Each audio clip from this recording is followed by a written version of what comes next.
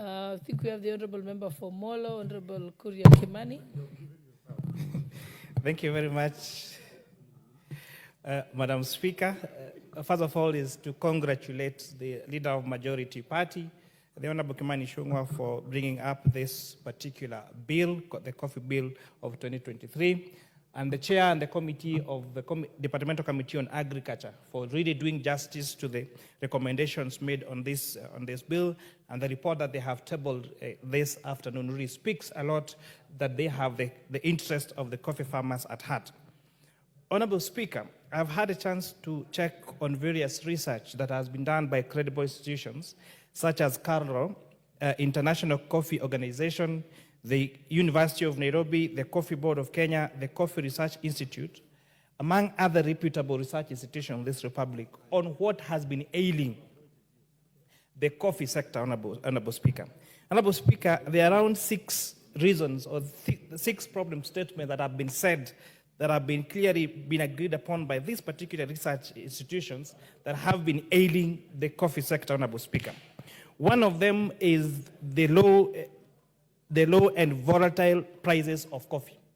So whereas coffee is such a lucrative plant, especially in the international market, we've seen the price of this coffee both in the national, in the local market and in the international market fluctuate so much that it has led to unpredictable returns for farmers. And this has made farmers either move out from planting coffee or not getting the right returns for this investment, Honorable Speaker. And I was trying to compare that then, how does a coffee bill of 2024 then solve that particular problem of low prices and volatility? Honorable Speaker, I'm very impressed by the recommendation in the bill to introduce guarantee minimum returns that will ensure that the farmers will be assured of their respective prices for their coffee, Honorable Speaker. Further, I will be recommending to the committee and during the committee of the whole of the House to include further amendments to allow the way of ensuring that there is this guarantee minimum returns and stabilization of these prices by using modern forms of hedging against fluctuation in prices, such as using of futures and use of tokenization. Where, Honorable Speaker, with the current technology, it is possible for that coffee farmer in Kiambu or in Murang'a from where else in the country to put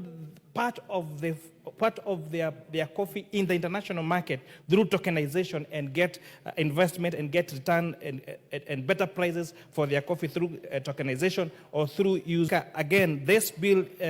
is proposing several amendments that will reduce the high cost of production of this particular plant. One of the greatest efforts that the current administration we have seen do is introduction of stabilized fertilizer as one of the ways of subsidizing the production of coffee, Honorable Speaker. In the subsequent amendments that we'll be seeing in this House, especially from the Finance and National Committee, would be to exempt duties and levies on inputs, on other inputs such as pesticides and pesticide control, Honorable Speaker, so that we can make the cost, we can reduce the cost of production on this particular product, Honorable Speaker. The other cost that has risen the cost of production for coffee has been lack of access to market, access to credit, Honorable Speaker. But we are happy that this bill again is introducing a farmers stabilization fund. And this fund is supposed to be availed to coffee farmers at low interest rates, and therefore this will, in a way, hedge them against the high cost of production, especially the high cost of credit in this country, Honorable Speaker. The issue of aging coffee trees has also been has also been said as one of the reasons why the coffee sector has been Honorable Speaker. Now, the establishment of a research institution and a fund to actually fund that particular research institution then will make sure that the coffee trees or the coffee plants that we be available to our coffee farmers are those trees that are going to last longer and have much higher yields, and therefore tackling the other challenge that has been said as one of the challenges in the coffee sector, which is the aging of coffee trees, Honorable Speaker. The issue of poor corporate management in the cooperatives of these coffee farmers has also been a thorn in the flesh for farmers, Honorable Speaker. I'm impressed that also, Madam Speaker, now this bill also seeks to address this particular challenge by having more stringent regulations affecting the way these cooperatives are run, Honorable Speaker. Because most of these farmers are only able to sell their coffee through their local cooperatives. And when now there is lack of proper corporate governance, these particular cooperatives have actually led to the collapse of this sector and very poor return on investment to the farmers, Honorable Speaker. So this bill now, by it addressing itself this issue of poor corporate management by these cooperatives, will be a great source of relief to our coffee farmers, Honorable Speaker.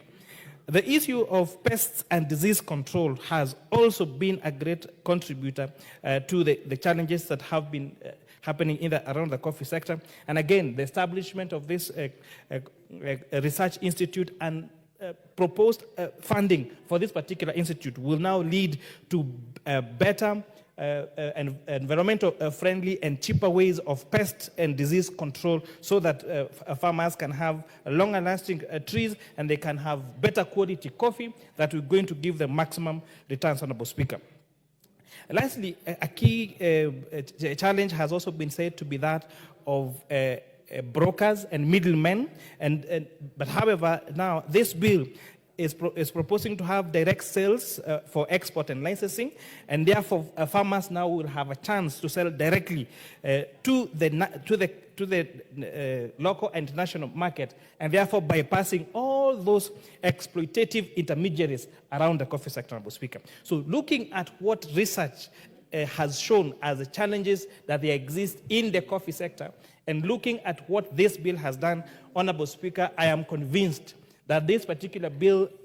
has passed by the Agriculture Committee, and as recommended in the detailed report the Agricultural Committee has done, is going to be the lifeline that the coffee farmers of this country have been looking forward to, so that those our people in those areas that grow coffee can be able to take their children to school, they can be able to live a good life, they can be able to take care of the expenses, they can be able to look at coffee as an investment, and not just think about uprooting them and selling off the land where that coffee has been planted, not, because they are going to get a good return on the investment. And as I wind up, Honorable Speaker, Jackie Chan once said that coffee is a language in itself. And I know during this time when there is a lot of political conversation around this country, this quote by Jackie Chan cannot speak to that any better, that coffee is a language by itself. And one Clark Globe said, "I never laugh until I've had my coffee." The coffee farmers will not laugh until they've got better returns for their coffee. And I know this will make them get a laugh, because they are going to get a good return on the investment on their coffee. With that, I beg to support, Madam Speaker.